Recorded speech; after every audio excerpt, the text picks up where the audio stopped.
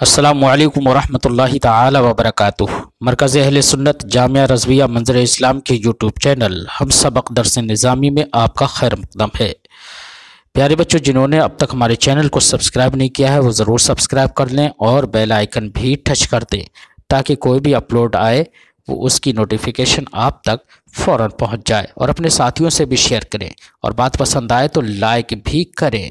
اب آپ کے سامنے شرح تہذیب کی تلخیص جو امداد اللبیب لفہم التہذیب کے نام سے ہے، اس کتاب کو پڑھائیں گے مفتی محمد قمر صاحب۔ آپ ان کو بغور سماعت فرمائیں۔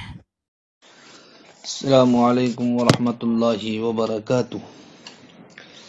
بسم اللہ الرحمن الرحیم۔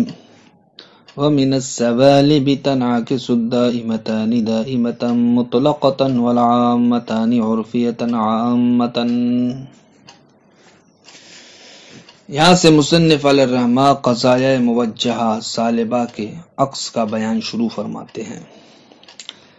قبل میں جو آپ نے قضایہ موجہہ کے عکس کو ملاحظہ کیا وہ قضایہ موجہہ موجبہ کا عکس تھا۔ یہاں سے مصنف علیہ الرحمہ قضایہ موجہہ سالبہ کا عکس بیان فرماتے ہیں دائمتان، قضایہ موجہہ سالبہ میں سے دائمتان یہ منعکس ہوتے ہیں دائمہ مطلقہ کی جانب، اور عامتان یہ منعکس ہوتے ہیں عرفی عامہ کی جانب۔ تو اب دائمتان اور عامتان سے مراد کون کون سے قضایہ موجہہ سالبہ ہیں؟ تو دائمتان سے مراد شارح بیان فرماتے ہیں ضروریہ مطلقہ ہے اور دائمہ مطلقہ ہے، لیکن موجبہ نہیں بلکہ سالبہ، یعنی ضروریہ مطلقہ سالبہ اور دائمہ مطلقہ سالبہ، ان دونوں کا عکس کیا آتا ہے؟ دائمہ مطلقہ آتا ہے۔ اب اس بات پر دلیل کیا ہے کہ ان دونوں کا عکس دائمہ مطلقہ آتا ہے؟ تو وہی پرانا طریقہ ہے کہ اگر ہم عکس کو صادق نہیں مانیں گے تو پھر اس عکس کی نقیض صادق ہوگی، پھر ہم اس نقیض کو اصل قضیے کے ساتھ رکھیں گے اور ایک قیاس تیار کریں گے بہی صورت کے ان دونوں میں سے، یعنی اصل قضیہ اور نقیض میں سے جو بھی موجبہ ہوگا اس کو ہم صغرا بنا دیں گے اور دوسرے والے قضیے کو ہم کیا بنا دیں گے؟ کبرا بنا دیں گے۔ پھر جو نتیجہ نکل کے آئے گا، یہ نتیجہ شے کی اپنی ذات سے ہی سلب کر رہا ہوگا، شے کا اپنی ہی ذات سے سلب کرنا یہ محال ہے، تو یہ جو محال پیدا ہوگا وہ عکس کی نقیض کی وجہ سے ہوگا۔ لہذا اب ہم یہ متعین کر دیں گے کہ عکس کی نقیض کیا ہے؟ باطل ہے، کیونکہ اس کے ذریعے سے تو محال لازم آ رہا ہے۔ تو اب یہ خود بخود ثابت ہو جائے گا کہ اب عکس کیا ہے؟ حق ہے، ثابت ہے۔ تو دلیل دینے کا طریقہ وہی ما قبل والا ہی رہے گا۔ دیکھیں، تنعکس الدائمتان یعنی کہ الضروریۃ المطلقۃ والدائمۃ المطلقۃ والسالبتان، ضروریہ مطلقہ سالبہ اور دائمہ مطلقہ سالبہ دونوں کے دونوں منعکس ہوتے ہیں دائمہ مطلقہ کی جانب۔ مثلا ہمارا قول بالضرورۃ لا شیء من الانسان بحجر، یہ قضیہ ضروریہ ہے، اسی میں ہم بالدوام کی قید لگا دیں اور کہیں بالدوام لا شیء من الانسان بحجر، یہ قضیہ کیا؟ دائمہ مطلقہ ہے۔ اور ہم نے بتایا ضروریہ مطلقہ سالبہ دائمہ مطلقہ سالبہ ان دونوں کا عکس کیا آتا ہے؟ دائمہ مطلقہ آتا ہے۔ تو فرماتے ہیں عکسھا دائمۃ مطلقۃ، اس کا عکس کیا ہے؟ دائمہ مطلقہ ہے۔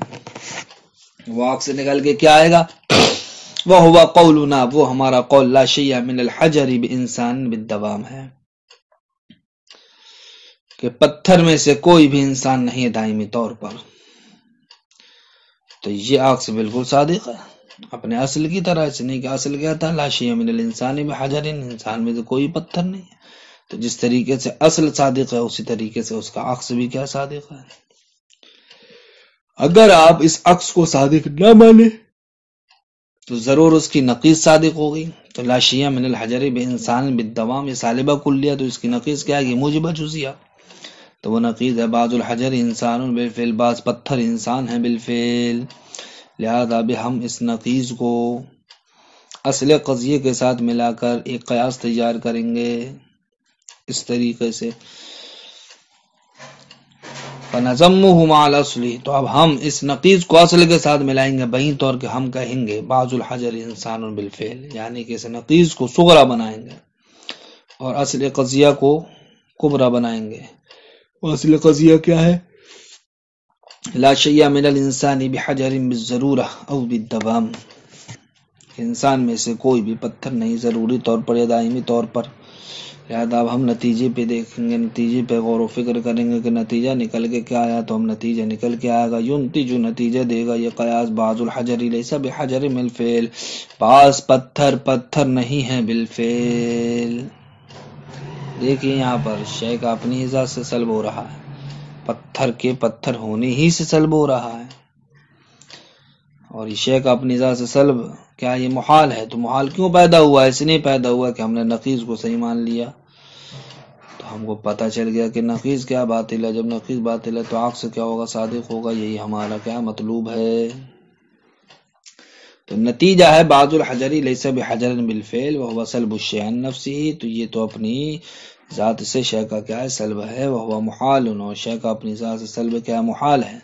وهذا المحال ناشئ، اور یہ محال جو پیدا ہوا وہ النقیض العکس، عکس کی نقیض کی وجہ سے پیدا ہوا، لأن الاصل صادق، اس نے کہ اصل کیا صادق، فیکون نقیض العکس باطلا، تب ایسی صورت میں عکس کی نقیض باطل ہوگی، فیکون العکس حقا وهو المطلوب، لہذا اب عکس کیا ہوگا؟ حق ہوگا، یہی کیا ہے؟ مطلوب ہے۔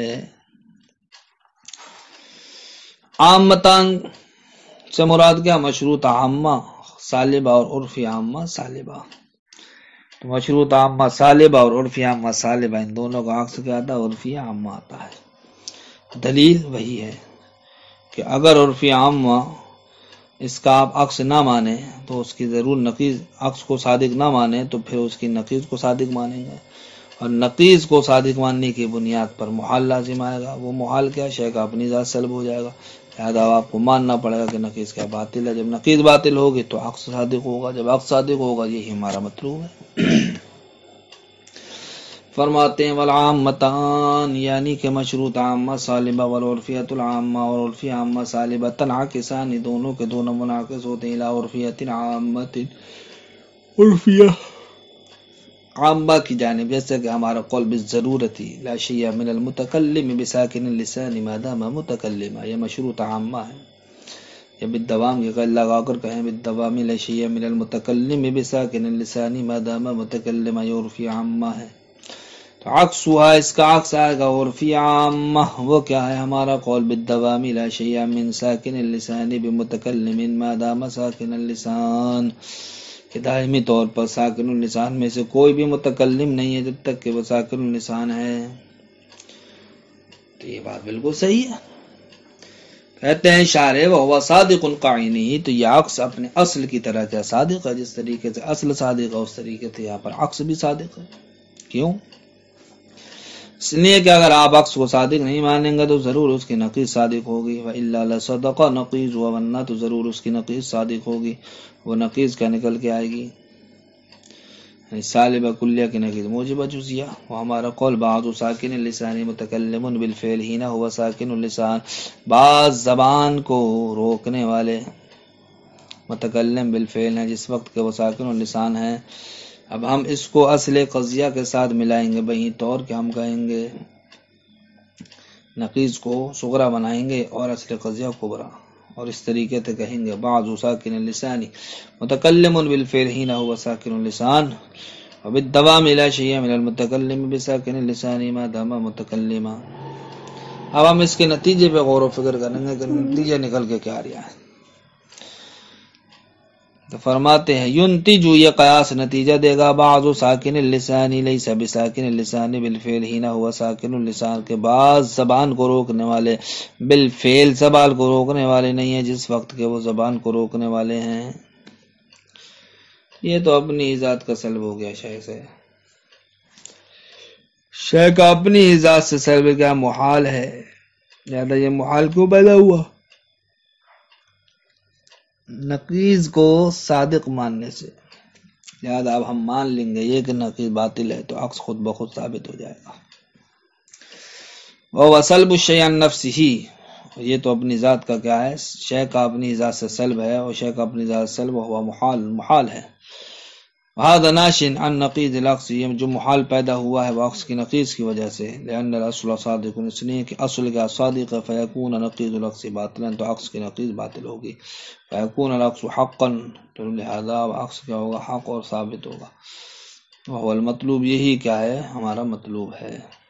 السلام علیکم ورحمۃ اللہ وبرکاتہ۔